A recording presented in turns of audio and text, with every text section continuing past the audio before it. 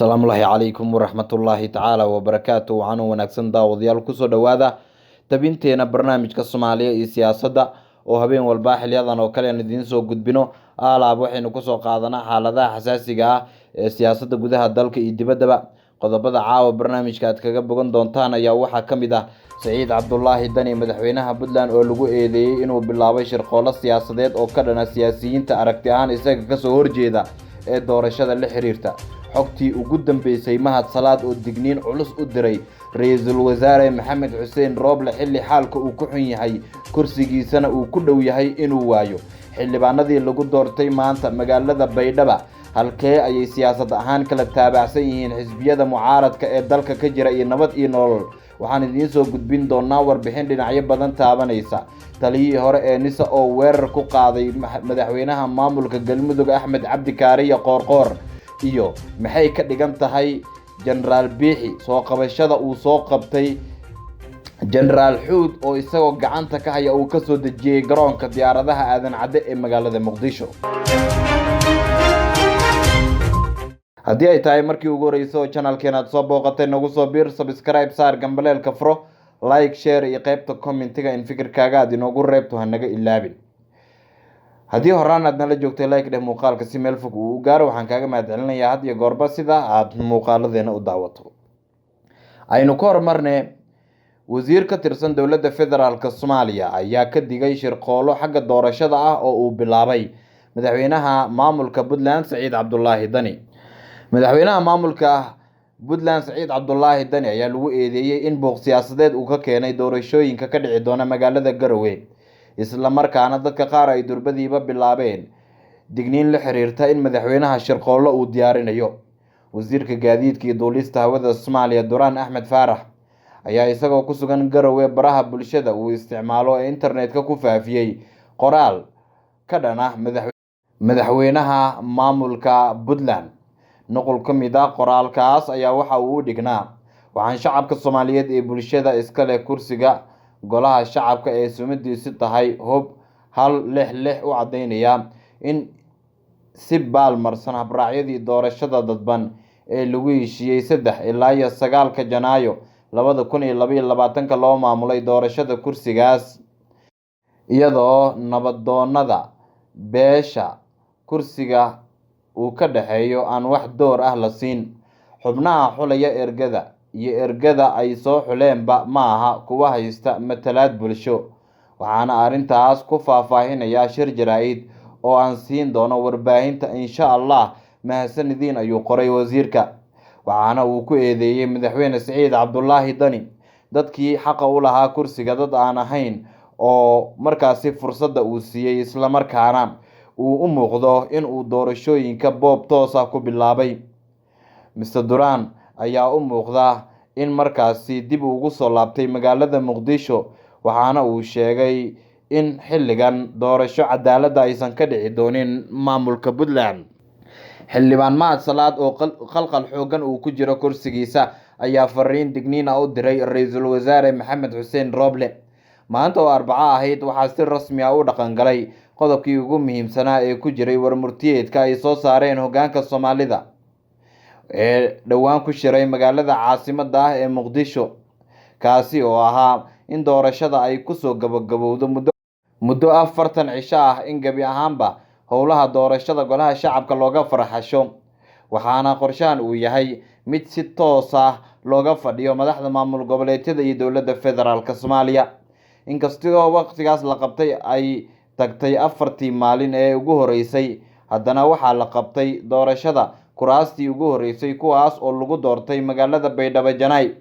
sidoo kale Jubbaland ayaa soo bandhigtay kuraasta ay dooran doonaan. Galmudug iyo Hirshabelle iyo maamulka Puntland ayaa iyaguna soo gudbiyey dhammaanba xogahaasi.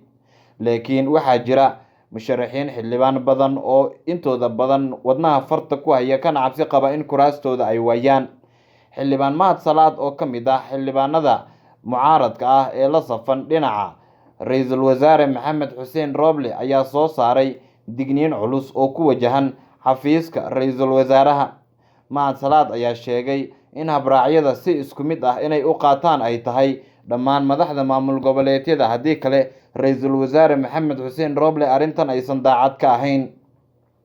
ra-iisul wasaare maxamed xuseen rooble waxaa looga fadhiyaa dhaqangelinta habraacyadii lagu heshiiyey 9kii bishan, haddii kale maamulada faraha ha laga qaado, qolo walba ha soo xulato cidda ay iyadu rabtee, ayuu yiri Mahad Salaad. Mahad Salaad ayaa waxa uu culays xoogan kala kulmaya Cali Yare Cali iyo siyaasiyiin kale, laakiin siyaasiyiinta la tartamaysa waxaa ugu weyn Cali Yare Cali, kaasi oo ah gudoomiye ku-xigeenka amniga iyo siyaasadda gobolka Banaadir, isla markaana xiriir dhow oo saaxiibtinimo la leh dhinaca madaxweynaha maamulka Galmudug Axmed Cabdi Kaariye Qoorqoor. dowladda Sacuudiga ayaa fariin xasaasi ah soo gaarsiisay daawadayaal madaxweyne Farmaajo, iyadoo shalay laga gudoomay safiirkooda cusub warqadaha aqoonsiga danjiranimo. madaxweynaha muddo-xiliedkiisu dhammaaday Maxamed Cabdulaahi Farmaajo ayaa munaasabad ku qabsoontay madaxtooyada qaranka ku gudoomay warqadaha aqoonsiga danjiranimo ee safiirka cusub ee boqortooyada Sacuudiga mudane Axmed bin Maxamed Al Muwalad. danjire Axmed bin Maxamed ayaa madaxweynaha muddo-xiliedkiisu dhammaaday waxa uu soo gaarsiiyey salaan iyo fariin muujinaysa ixtiraamka qarannimada iyo midnimada Jamhuuriyadda Federaalka Soomaaliya, taasi oo uu ka siday boqortooyada Sacuudi Carabiya oo ah boqortooyo ka mid ah boqortooyooyinka saaxiibada dhowla ah Soomaaliya.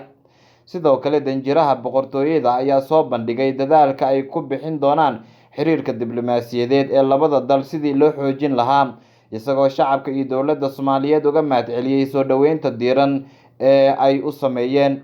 madaxweyne Maxamed Cabdulaahi Farmaajo ayaa ugu hambaleeyey danjire Axmed bin Maxamed xilka safiirnimo ee loo igmaday, waxaana uu u rajeeyey inuu ku guuleysto matalaadda dalkiisa, isla markaana uu door wanaagsan ka qaato sidii loo kordhin lahaa xiriirka diblomaasiyadeed ee Sacuudiga iyo dowladda Federaalka Soomaaliya oo u muuqday 5 sano ee madaxweyne Farmaajo xilka uu joogay in haba yaraatee wax badan aysan kusoo kordhin. taliyihii hore ee NISA ayaa waxaa fariin digniina uu u diray madaxweyne Axmed Cabdi Kaariye Qoorqoor, isagoona soo sheegay in khatar badan uu ku hayo maamulka Galmudug. madaxweynaha maamulkaasi agaasimihii hore ee hay-adda sirdoonka iyo nabad sugidda qaranka Cabdiraxmaan Maxamuud Tuuryare oo ka mid ahaa musharaxiintii laga hor istaagay u baratanka xilka madaxweynaha Galmudug 2020 ayaa Qoorqoor ku eedeeyey inuu garab maray dhammaan howlihii hogaamineed ee loo igmaday loogana fadhiyey. Generaal Tuuryare oo kaalin xoogan ku lahaa ololihii mucaaradka ay ku hakiyeen doorashooyinka iyo in ra-iisul wasaare Maxamed Xuseen Rooble uu qaado tallaabooyin dheeraad ah oo la xiriirta xagga guddiga xalinta khilaafaadka oo uu eriyey gudoomiyihii iyo 6 xubnood oo guddigaasi ka mid ahaa, ayaa iminka sheegay in Qoorqoor uu baalmarsan yahay nidaamka Galmudug wax loogu qaban karo. wuxuu xusay in Qoorqoor uu yahay nin keligii danihiisa ka shaqaynaya oo dano Galmudug aan ka shaqaynayn. arrimahaas beddelkooda wuxuu ku mashquulsan yahay kala irdhaynta bulshada Galmudug, abuuridda fidno, utumo iyo weliba waxyaabo kale oo aan loo baahnayn sida uurgumaara siyaasadeed, burburinta hay-adihii dastuuriga ahaa, isaga oo doortay baarlamaanka, gacansiinta argagixisada, isku dayga khaarijinta qaar ka mid ah siyaasiyiinta ka aragtida duwan, weerarada culamaa u diinka deegaanka, burburinta ciidamada amniga ee Galmudug iyo la dagaalanka waxgaradka Galmudug ee ahlu xalli wal caqdiga ahaa. wuxuuna sheegay Tuuryare intaasi ay tahay wax aad loola yaabo oo ay tahay madaxweyne Axmed Cabdi Kaariye Qoorqoor in waqti uusan ka sii lumin guud ahaanba bulshaweynta reer Galmudug. ugu dambeyntiina maanta magaalada caasimadda ah ee Muqdisho waxaa ka degay Generaal Biixi, taliyaha ciidanka dhulka, iyo weliba Generaal Xuud oo si weyn u diidanaa jiritaanka maamulka Hirshabelle iyo cilaaqaadkii kala dhaxeeyay dowladda Federaalka Soomaaliya. xogta soo baxaysa waxay tilmaamaysaa in Generaal Xuud oo gacanta laga wado uu markaasi kala soo degay garoonka diyaaradaha aadan cadde ee magaalada Muqdisho Generaal Biixi, tani oo lagu sababeeyay in biixi howlgalkii loo diray uu kusoo guuleystay iyadoo dhowr jeer oo hore uu diidanaa marka la eego jenaraal xuud wax wada hadal ah oo uu la furo dowladda federaalk Soomaaliya.